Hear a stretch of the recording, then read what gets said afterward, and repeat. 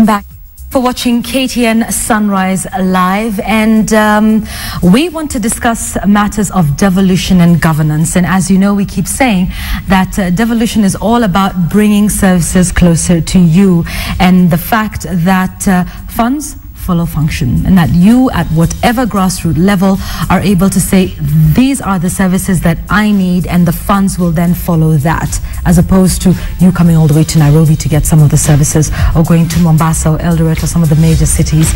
We will also be discussing CDF now, and there's lots to discuss. Where it's in such a state of flux right now, moving from one system of governance to the other, and want to have a better understanding of this particular issue. Now, the Center, that is the Institute rather, for Social Accountability, is one such body that takes a look at all of these processes and makes sure that they're happening right. We have the national coordinator with us, Wanjiru Gikonya, whom I'm sure you've seen in the media recently as we're talking about devolution of funds.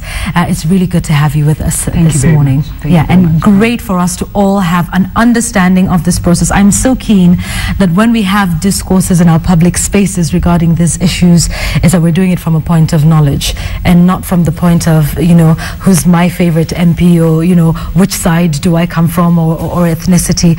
And I think that's why this forum is so important. So we invite you with any questions you have, particularly regarding CDF, regarding this state of transition that we're in. Tweet them to us at KTN Kenya, at Yvonne Okwara. By the way, you can also tweet at Tisa Kenya. Yeah. All right, and that will be showing on your screens in just a moment so that we can engage in this conversation. Wanjiru, thank you again for joining us. Let's talk about your organization and what it's mandated to do. Thank you very much, Yvonne, and thanks for the good work you're doing. And you're right, we have a huge learning curve to climb. We passed a constitution that gives us a more complex governance structure that tries to sort out many of our historical problems, and we need to engage with knowledge. So I am really honored to be here. The Institute for Social Accountability is, we're about 5 years old now, and we deal in local governance. And our aim is to ensure that local governance is well managed. And we are informed by the fact that Kenya's local governance, you know, if you look back from independence time, has always been treated as that kind of secondary thing that central government does when they need some political support. So there's been local authorities that were very poorly managed, that were really bullied by by the central government, and became really dens of corruption on account of this kind of mismanagement. We've had decentralized funds that have lots of problems. So the Institute for Social Accountability, founded 5 years ago, really identified that local governance is important, and we're very happy that the Constitution now enshrines the importance of local governance through devolved government, recognizing that it's an important avenue for equity, inclusivity, for bringing services closer to the people, for citizens to be able to engage in their governance. And we believe that through effective local governance, through effective devolved government now, we can build a strong nation of Kenya that can compete globally. So you need to get the basics right, you need to get the county systems right, you need to get the relationship between counties and national rights. Then we can talk about being competitive, moving to this middle income economy that we want. Okay, all right. And like we say, we're learning a lot. Obviously, when we institute something new, it has hiccups, it has challenges. There's those that are for it, there's those that sometimes may oppose, because change is difficult for all of us. What would you say about you know, what's happening right now, even for us, our mindset as Kenyans, as we move fully into this process? We know it'll be done completely in the next 3 years or so, when we can say we have fully devolved all services, you know, to the grassroots level. What would you say of you know, what's happening in the country right now? I think, you know, you've touched many things, and I agree with all of them. Many Kenyans imagine that now we voted in the county governments, devolution has happened, now I want my services and everything has to be perfect now, otherwise forget it. But the truth is, we are the change generation. We are the people who need to make this work, and there's going to be mistakes. There's a lot of work to be done to help the Constitution come to life. So what the Constitution did, if we look at the point of view of devolved government, is first of all, there are certain principles that are guiding Kenya's governance in total, and guiding devolved government in particular. So you're talking about sovereignty of the people, the relationship between citizens and leaders has changed because sovereignty is vested in us. So as Kenyans, we need to recognize that it's about us. Our leaders are there to serve us. We give them the mandate. We then have stronger institutions. There's a strong separation of power. There's then a clarity of functions. Institutions now will approach their work from a functional point of view. So there's also the issues of equity, human rights. So that's the foundation. Devolved government has special characteristics, and they require then to take over functions. So what the Constitution did through the 6th schedule is provide a transition provisions. And these transition provisions were to deal with the local authorities, were to deal with the provincial administration, were to deal with the transfer of services, because devolution is about transferring responsibility, money, and the ability to use that money to serve the citizens. So the Constitution envisages a process over 3 years after the elections when this would happen. This was then crafted into a number of legislation so that the preparation for devolution started actually almost immediately after the passage of the Constitution. Government has been reorganizing itself. So when you ask, what do I think? We have begun the transition process. Now with the coming in of the county governments, devolution is here, but we are still in the transition period. There are a lot of tensions. Now we are seeing that the Senate and Parliament are fighting over who's the big... superior. Yeah, yes. And this is a very interesting debate, and I think we'll hear many more, so we shouldn't panic and think, oh, Kenyans, we are doomed. Actually, we have to congratulate ourselves. We have a very good constitution. Okay. I think we elected, not all, but very many good leaders. And I think we have to begin looking at the things we do correctly. As Kenyans, we're very used to looking at what we're perfectionists. Right. Yes. We look at what we don't do right. Yeah. So there are many problems, but we also have many positive things. So the battle between Parliament and the Senate highlights a very important thing: who is superior to the other. And we're going to see, and we're already seeing this battle also between national government and the county governments with regard to the issue of CDF and the National Government Coordination Bill, the county commissioners. Between Senate and Parliament, and the National Assembly rather, my take is that you have to look at their functional roles. The Senate core mandate really is to protect the counties, is to look after the interest of the counties, so that when the National Assembly is passing legislation that has to do with the counties or impacts the counties, then the Senate has a huge role and has a say in whether that legislation goes through or not, so that it's not about who's superior or who's lower than the other. It's about their functional roles. And when you think about the functional roles, the Senate saying that they are the ones who want to be able to decide on how much money goes to the counties. And of course, we do know the National Assembly is in control of the entire budget of the country. And I think that's probably where this stems from, particularly the Division of Revenue bill. Who should be the one that debates it? Who should be the one that passes this particular one? Is it the Senate or the National Assembly? What are your thoughts on that? Two things. First of all, the relationship between levels of government recognizes that national governments, county governments, they are distinct, they are interdependent, and they are to conduct their mutual relationship on a basis of consultation and cooperation. All those words are very new to Kenya because we are very antagonistic. In fact, we are a very violent country. Some young gentleman, when he was talking about the demonstration using pigs and saying, this is how violent we have to be to get our MPs to hear us, said, we're actually a very violent country.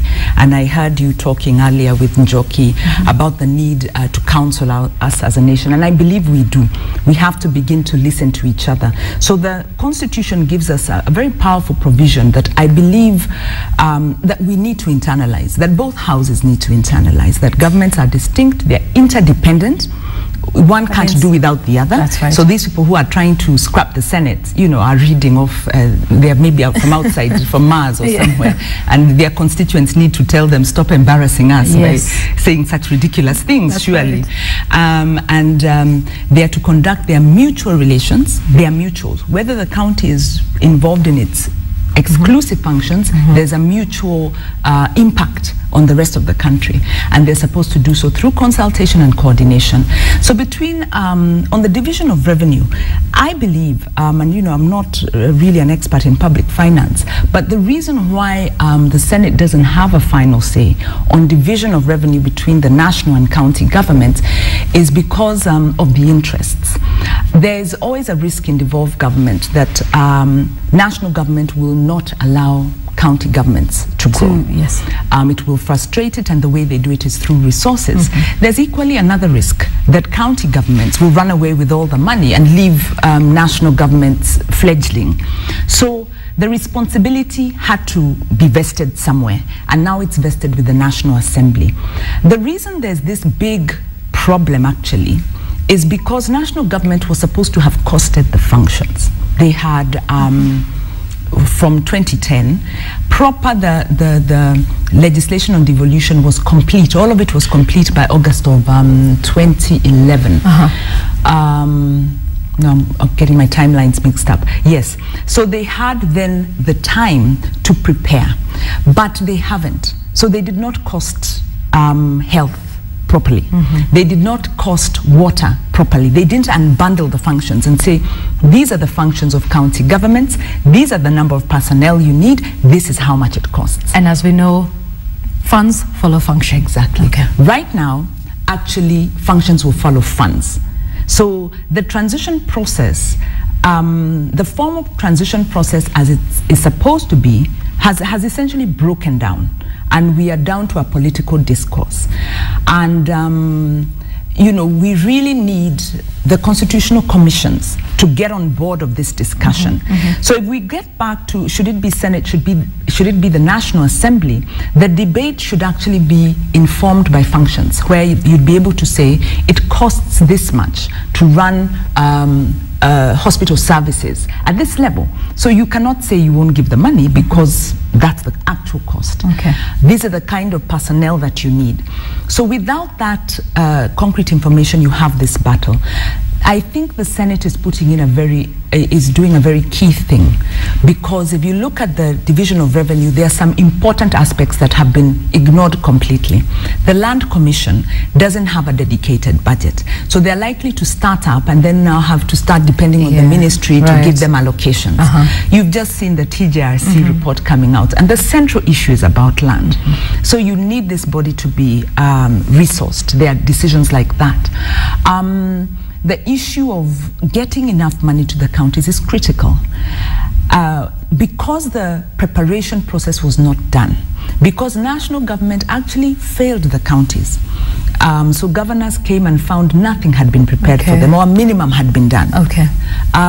They have then demanded that give us the functions, give us the money, let us sort ourselves out. We don't trust you. All right. So this debate actually is a symptom of poor preparation. And the Constitution does give final say to the National Assembly on division of revenue. And this is not necessarily a bad thing if you have the data you need. So my hope is that the Senate will make very compelling arguments, support its objections and proposals very strongly, so that the National Assembly can then see reason. What would be unfortunate if it becomes a matter of, well, we have the final say, so we'll do what we want. Yes, yes. Let us look at what the county governments need, because if we underfund them, then the whole system doesn't work. And that is the crux of the matter. It's talking about preparation and, you know, the capacity of the counties in order to be able to, you know, carry out some of these functions that they are mandated to do.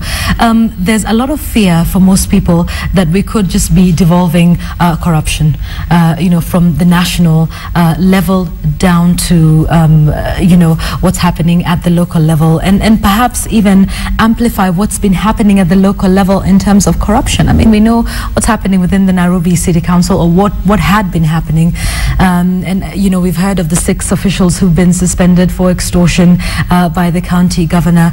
But you know, corruption is going to be a huge factor that could either make or break these new structures. Yes, in fact, if you look at experiences around the world, Brazil is one that Kenya, you know, kind of anchors itself around, because they've also given quite extensive devolved power. Kenya has done pretty well. It's a pretty well devolved system, given a lot of power to the county governments. And corruption was one of the battles that they had to deal with, you know, 10 years after implementation, because if you have a culture of corruption, then, you know, that will inevitably be devolved.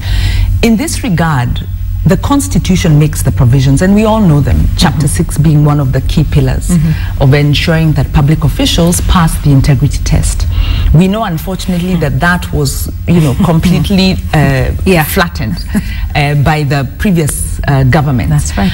We also know that this administration has not made any express statement on the issue of corruption. I think there was something said in the inaugural speech. So we are still waiting to see how serious they'll be about the issue of corruption, people who have benefited from historical corruption, and then dealing with the corruption now. The encouraging thing is that the frameworks are in place. There's a strong public finance management law. There's now an ongoing review of the procurement law. There's stronger disclosures.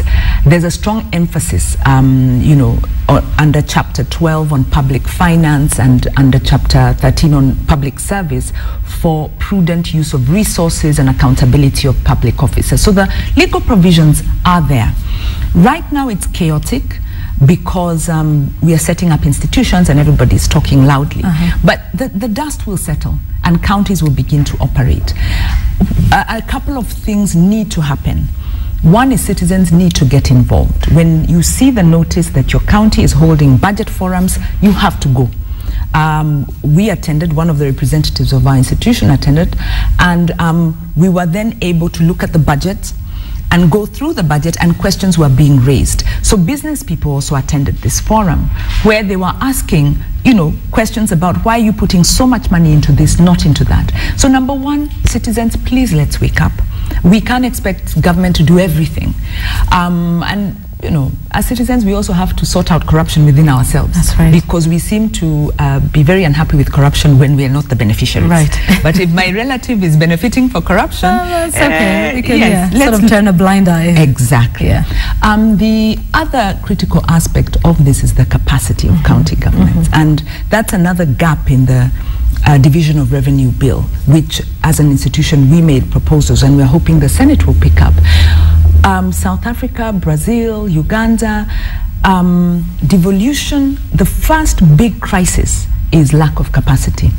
Staff don't understand frameworks. Yes. Staff don't have the skills and tools to manage. And already in Kenya, we've had a shortage of skilled staff. So that if you give an officer a responsibility that they're not very well capable of executing, then sometimes it's not even corruption, it's just, you know, mismanagement. Right. So we have a huge task, and we're very concerned that the Division of Revenue Bill does not have a line on capacity building, has not emphasized the school of government. We've had KIA, which is now the School of Government and has a Center for Devolution Studies. In South Africa, this body has been pivotal in building capacity, and they even do the numbers. They say health, we have a shortage of 200 health workers. So let's put in this money. It's almost scientific, where you're saying these are the gaps, we are training and retraining. So governors have to do, I think annually or every 2 years, some kind of course to refresh. Because we know the only course they went for was just before the election. And I think some of them had mentioned, well, it was a workshop for I think about 3 days or so. Yes. And I think a lot of people were saying they weren't even focused on that. It was all about when can this be over and done with, because I need to go back on the campaign trail. And, you know, it has been said that a lot of the elected officials themselves do not even understand the roles that they will play in this process. Governors, senators, county assembly reps. Now, another function of national government is to build the capacity of the counties. And like I said, national government has really set up the counties. This has been so poorly managed. Some work has gone into assisting the county assemblies, but a lot of that was driven by, one was Parliament, and then some of the civil society organizations working with Parliament. National government really dropped the ball entirely. So we'd like to see the Division of Revenue prioritize capacity building. We need a program that on an ongoing basis puts money into the hands of a school of government and is well managed, but it reaches all corners. Without that, let's not even talk about corruption. It will be inefficiency. That's right, yes. And through no fault of their own if they don't know exactly what it is they're doing. Let's talk about, for me, what I consider an attempt at devolving funds from the national government right down to the grassroots. And this is CDF. And this was, you know, in 2003, after that euphoric election. And, you know, it was Yote Awezekana. And then this concept of CDF was mooted. And, you know, it seemed exciting. We have, you know, schools, toilets, dispensaries and that sort of thing, water, boreholes and things like that. Help us understand CDF as it was then, before we even come to present day and how it fits in now. But tell us about CDF, what the idea behind it was, and if you think it was successful. Yes, the architect of CDF, Honorable Murioki Karue, who is now a senator, I think had a very good vision.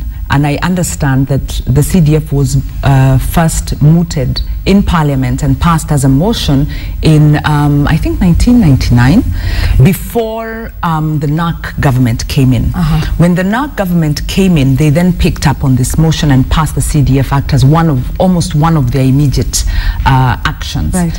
The idea behind CDF was understandable.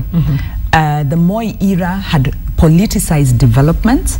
I think, you know, even if you go a bit beyond that, there were distortions in development. But the Moi era especially, the culture that now we all, well, actually, we don't all know, maybe the younger generation don't know, of siasa mbaya, maisha mbaya. That's right. If you're not voting, if your politics is opposing the president, then development funds somehow will skip your constituency.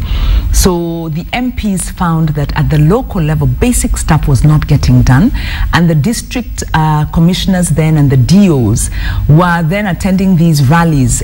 In fact, Karue documents this. He's got a book, it's the MP's Diary, which chronicles some of his experiences. A humorous, entertaining book. I really encourage anyone who's doing development, who's interested in this field, to read. It's very entertaining, also very insightful. And he said that he realized time and time again he was going for these national events, whether it was Jamhuri Day or whether it was Madaraka, whatever, and promises were being made to the people, and the people are asking the same things, and nothing was getting done in between, because the budget process discriminated against these kind of projects. So CDF came in to fill the gap.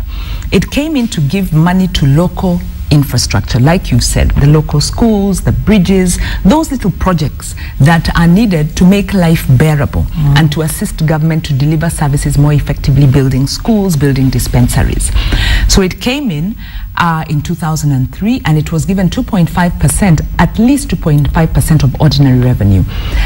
This meant that by the close of last financial year, CDF was commanding, I think it was 22 billion shillings. This is a huge development allocation.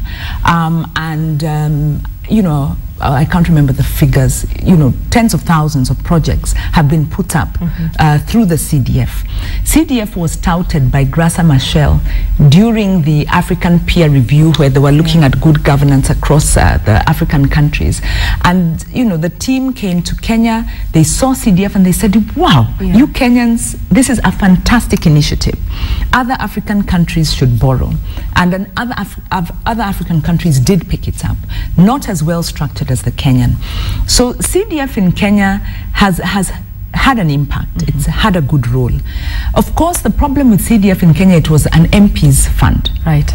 The MP had the policy power, had the power of determining how much goes they could, twist the national government, the treasury, to give it more money. And then at the local level, they were picking the committees. So really, it was their fund. And so, of course, there's been quite a lot of corruption, patronage, and this has really made a lot of Kenyans unhappy. I think Kenyans love the CDF, but they're really tired of MPs manipulating it. Some MPs have done a fantastic job with CDF. I won't name one, but I was in some part of Meru, and one of the MPs had a fantastic track record, good water projects, putting up water projects in the constituency and beyond. And you can actually see the kind of political capital that wise MPs with CDF have managed to garner.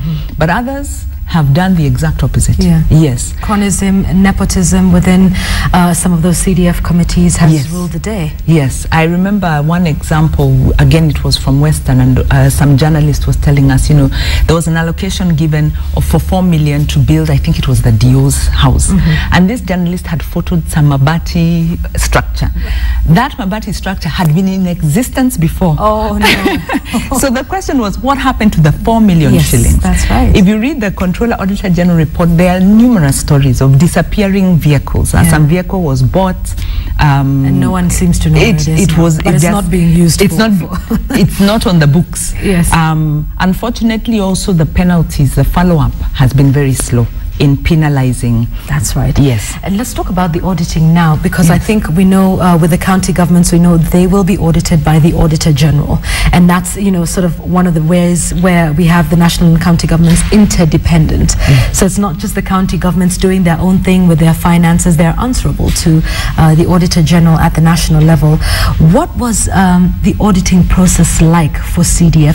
Who did the MPs answer to, at the end of every financial year? I think that's a very good question. And again, with your questions, you're loading a lot into it, which is good. The Office of the Auditor General is a shared office. The Chapter 16 institutions, the commissions and independent institutions are shared institutions. They answer neither to national nor to county government. They are there to sort out important governance issues. The Office of the Auditor General is there. There's also an Office of Controller of Budget. So previously we had the Controller and Auditor General. The controller is supposed to ensure that funds are used for the purpose that is intended. So that if an institution is not performing, the controller, in theory, previously was supposed to say, well, you can't give that money because they haven't expended the previous amount. That didn't happen. The Auditor General is a very important function, and in Brazil, they've given the Auditor General prosecutorial powers, because they realize when you devolve power, it's so hard to, even for the AG, to follow up cases. So they said, I just give that office prosecutorial powers. When they find something wrong, take them to court. Don't come telling us as Parliament to follow them. So the other important institution for oversight is Parliament. Because what we forget and what we saw beautifully yesterday, it was really, I think for me the first encouraging aspect of this parliament, when they were questioning the use of funds in the jet that was hired by the deputy president, because that is what parliament is supposed to do. They're asking how much, they were asking who went and why. They're asking, questions that are about prudent use of our resources. So CDF is supposed to have been audited by the Auditor General. So the CDF institutions are supposed to have prepared their own audit reports and forwarded them to the Auditor General. This happened with some were not able to do it. But by the time I think CDF was coming to wind up, most were submitting their audit reports. Okay. The Auditor General would then pick a sample and then go and finish compiling the audit report. So if you looked at the National Audit Report, you'd have CDF and they would document places where funds were badly used. The idea of preparing this report is then it goes to Parliament. And Parliament is supposed to propose the actions that will be taken, because the Auditor General has no power beyond giving the report. That was the problem. Yeah, How are you right there. Exactly.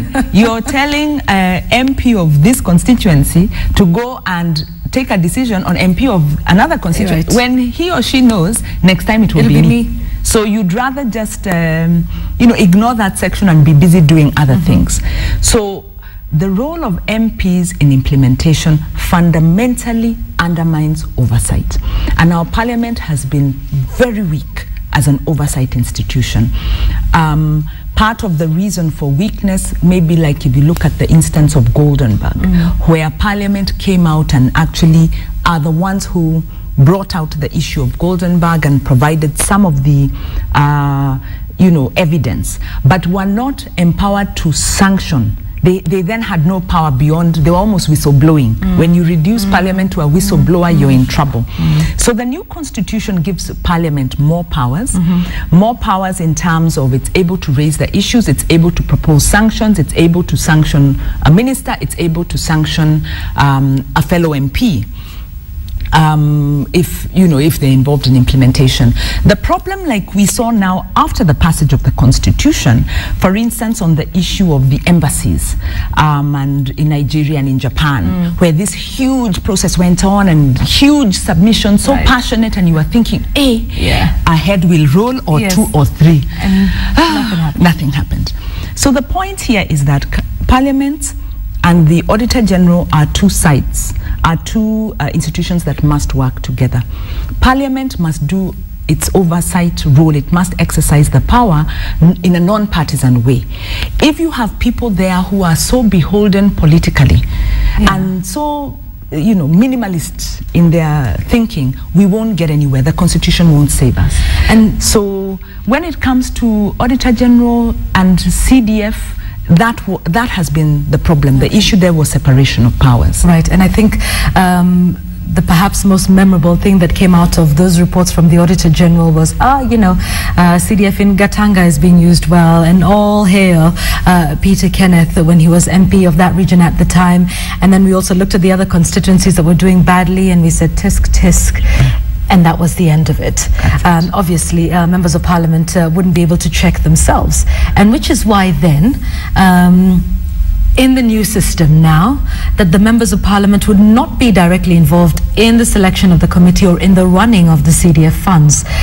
Let's talk about that, because we know a lot happened with that. And I think one of our viewers this morning says, what does he say? Tony says, all I remember is last month I elected a CDF representative and I don't even know his work. So perhaps even as we talk about now how we were trying to remove the members of Parliament from direct control of these funds, let's talk about as well the role of these CDF committees and what they're supposed to do with the funds. Very good. I think as we begin that discussion, we keep in mind the role of Parliament is oversight. It's an important role that they've been doing very badly, so that they shouldn't try and take on additional responsibilities of managing funds if they're not doing their primary responsibility properly. So when you hear that Parliament wants more power in the CDF, what they are actually saying is that yes, they've been removed. They no longer pick the committees. They still retain their strong national powers in terms of policy and oversight, but at the local level, these committees will now be picked by the members of the public, and they'll be nominated at the ward level, and from the ward level then to the constituency level. So if citizens then understand or are made aware of the process properly, they will then pick people who they respect. These are our local development leaders. We know they'll speak for us.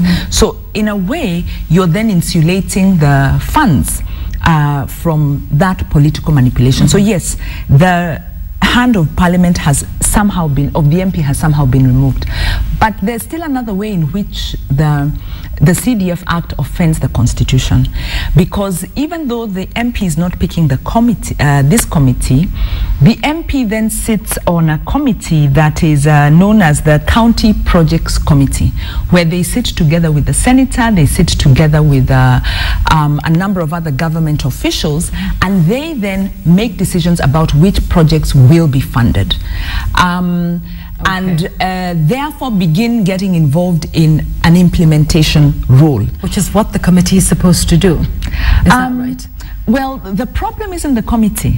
The problem with the CDF Act is, we remember we are moving from a functional point of view. The Constitution now says all these institutions have their functions. So the question is, what's the function of the county government vis-a-vis the function of the CDF? What projects was CDF financing? Whose responsibility are they? If you're building local infrastructure, if you're building water projects, if you're building dams, if you're putting up dispensaries, you know, all these functions, whose responsibility is it now under the Constitution? So local infrastructure, local works projects, by the way, are the responsibility of county governments, number one. Some of the sectors in which CDF was supporting projects are now under the functional responsibility of the county government. So tell me, how do you then design a committee that is sitting out there and the county government is here and it's purporting to do the county government's work? That is the problem. So CDF has been improved in minimizing the powers of the MP, but it has now, there's still a clash between it and the county government. So that is the dilemma we find ourselves in now. It's not a dilemma. It's an unconstitutionality that needs to be sorted out. And what would be the best way to sort that out now? That's where the dilemma comes in. All right. Because the only people who can sort this out for us is Parliament.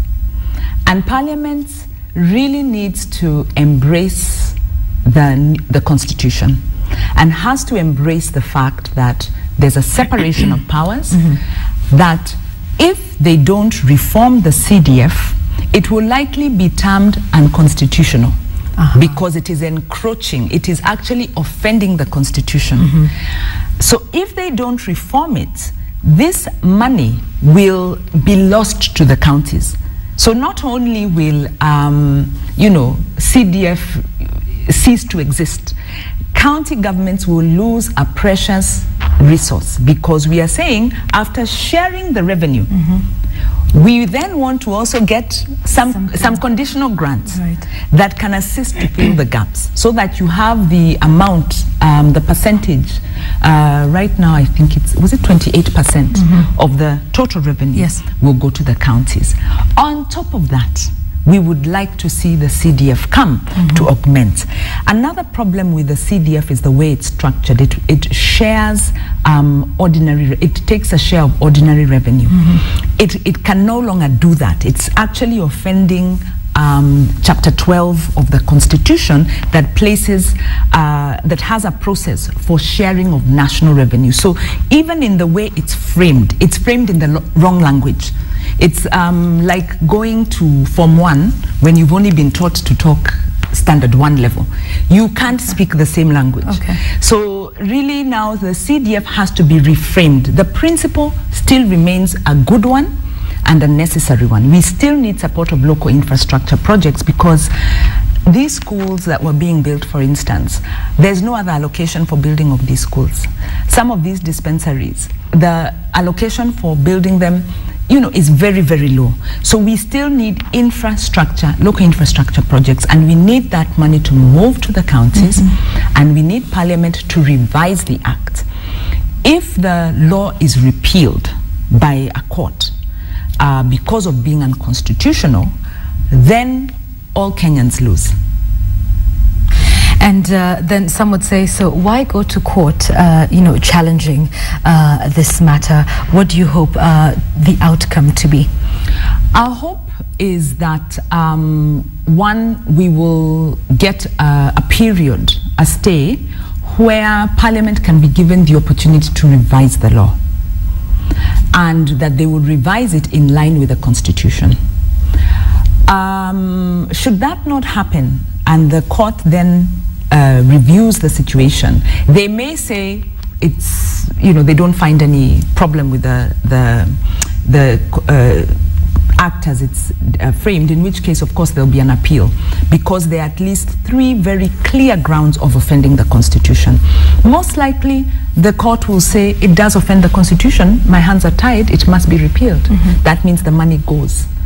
And the unfortunate thing is that because the discussion about CDF is very emotive, there hasn't been a discussion about what we will do with this 25 billion that the counties need. So Parliament is the key body, and in particular the National Assembly. They need to sit and say, do we support devolution or not? And if we do, can we safeguard this money? Can we get out of it? The whole discussion about conditional grants under 202, Principles of Public Finance, under 202, national governments may give additional grants to the county government after sharing the revenue, because the shared revenue supports the equitable services and functions of the county government. There's a formula, the CRA formula, that deals with almost cross-cutting issues. But then there may be some gaps, and there will be some gaps. Right. Who will fill in those financial gaps, especially since counties have not yet picked up their revenue generation capacity? So they are not yet generating enough revenue to fill those gaps. If we don't get well-targeted conditional grants, then what will happen is Kenyans will suffer. So politics aside, and it's a political process, so that's very hard. We need to start looking at services. Okay. When we talk about this, and you've mentioned some of the outcomes of that court case, without just sort of getting into the merits. Yes, without getting into the merits of the case. But if that happens, and they say, CDF, as it is constitutional now, the law is unconstitutional, then that means that money is gone. There's a lot of Kenyans who are saying, okay, wait a minute, these are funds that are supposed to develop my constituency, develop my area. And then we ask, wait, what is Wanjira's main intention? Are we undermining development? Right. The point is, we have a constitution, we have distinct county governments. If you begin to encroach them in small ways under the guise of development, where will it end? If the MP begins making development decisions in the county, if national government starts running parallel institutions, because now CDF is designed parallel to the formal process. County governments have an integrated planning and budgeting process. The CDF is out of that, which means then you'll have 2 centers of power. So that whereas the MP has a representative role of the constituencies that they will continue to exercise and will inevitably step on the toes of the governor at some point when they're just articulating the issues of their constituents.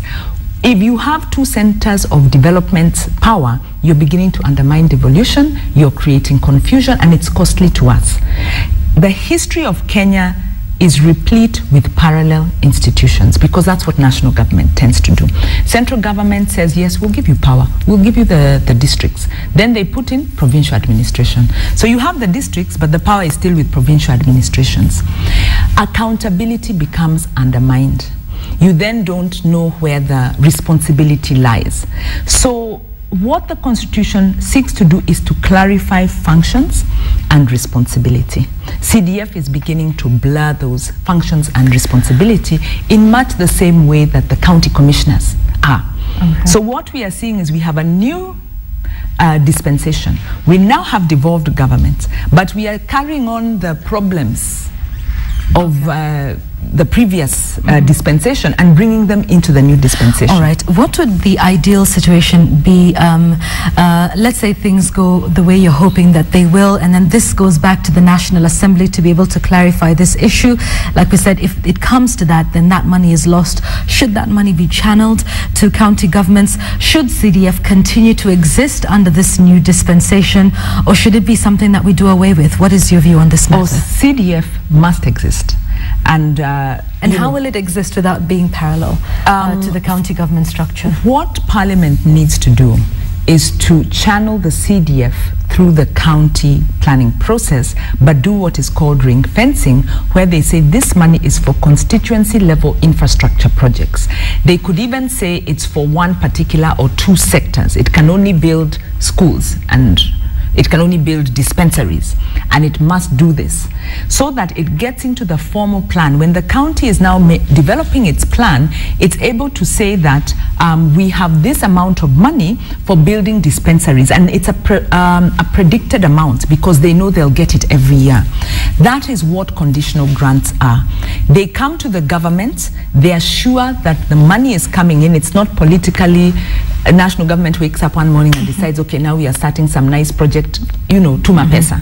It's something they can plan and they can put into their 5-year strategic plan, saying because we know we have this money, we can then say we're going to build this number of schools, this number of dispensaries, because we are assured the money is coming. They can then develop those committees, those very same committees, using the citizen approach, but working with the officers who are in the county system, the county administrators. The CDF Act also doesn't have good transparency provisions, so they can then improve it.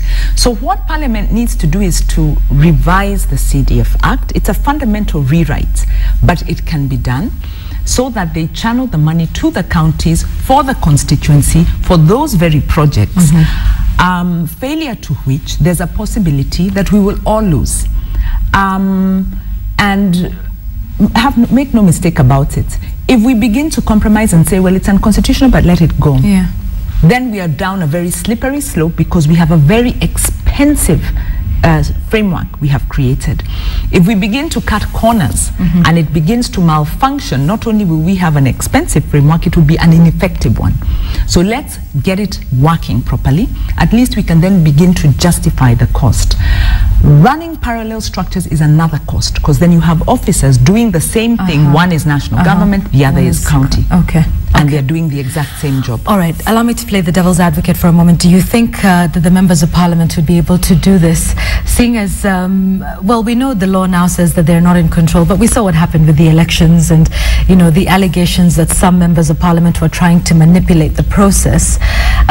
Do you think this is something that they'd be willing to do, to say, okay, let's have CDF within the structure of county government? That would effectively take control, you know, completely away from any member of Parliament, and now have it under the county government systems, and that's under the governor, and that's more resources, more responsibility falling under the governor. Do you think this is something that members of National Assembly are willing to sort of relinquish? Right now, all indications are they're not. But if we go back to the foundations of the Constitution, they don't have a choice. So what Parliament needs to do is get on with the program. Where is the power in the new dispensation? What is their power? Because Parliament has a lot of power in the budget making process, like we've said, in the oversight role, like we've said. So they have a huge responsibility that they have not even begun to execute. What Parliament needs to do is almost, you know, like somebody who's maybe you've lost your job, you're retrenched or retired. You can't keep waking up and going to the same office where you left every day. You have to sit and think, I need a new strategy. They need a new strategy, and their strategy has to be aligned to the Constitution. They need to think, how do we sharpen our oversight? Because we have lost money and, you know, through inefficiency and through corruption. And that is the responsibility of Parliament. How do we sharpen policy? trade decisions that are made by the country impact the number of jobs we can create. So this Jubilee government has said that they want to build Kenya manufacturing, help us buy Kenyan goods by raising quality. So Parliament needs to get their head around this and begin thinking, okay, what kind of legislation do we need? National resource management. They need to ensure that natural resources are not benefiting a few. So Parliament needs to rediscover the importance of the national agenda and realize that devolved government does not work if national government is not well organized. That they are so important to us that if they stick at the local level, they are really doing themselves a disservice and they're undermining the constitution. So we'll